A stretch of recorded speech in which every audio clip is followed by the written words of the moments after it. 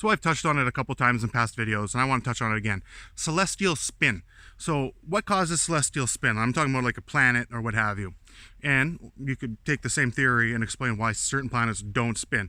So between all the planets, the stars and the planets or whatever, there's electromagnetic connections, and those electromagnetic connections have poles. But the planets are also in an orbit based on the wavelengths or energy waves, energy fields of the center body.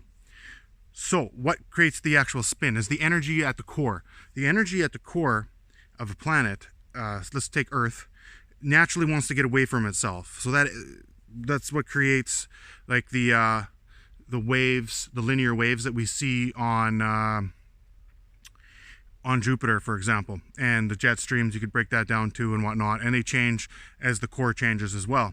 But so what it is its energy mass that has a charge wants to get away from the other point. So that creates an opposite rotating field, which creates energy, which creates our electromagnetosphere. So that's why bodies spin. And it takes a long, once they lose that mass, that energy, it does take a long time to slow down, but they do. And we have witness of planets. The moon, for example, doesn't have that core energy.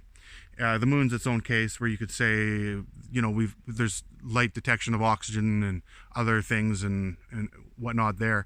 But that's because the moon, though it still has mass, it still has a bit of energy in that mass, and it pulls gases from Earth's upper atmosphere. So it's actually Earth's gases that we're seeing there.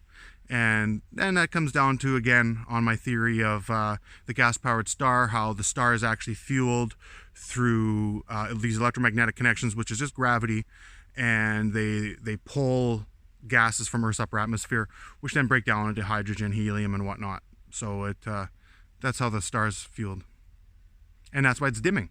Because as we're breaking down our electromagnetosphere is shrinking, our connection to the sun's shrinking as well, so the sun's getting less mass, less gases. That's why it's dimming. It's a serious issue.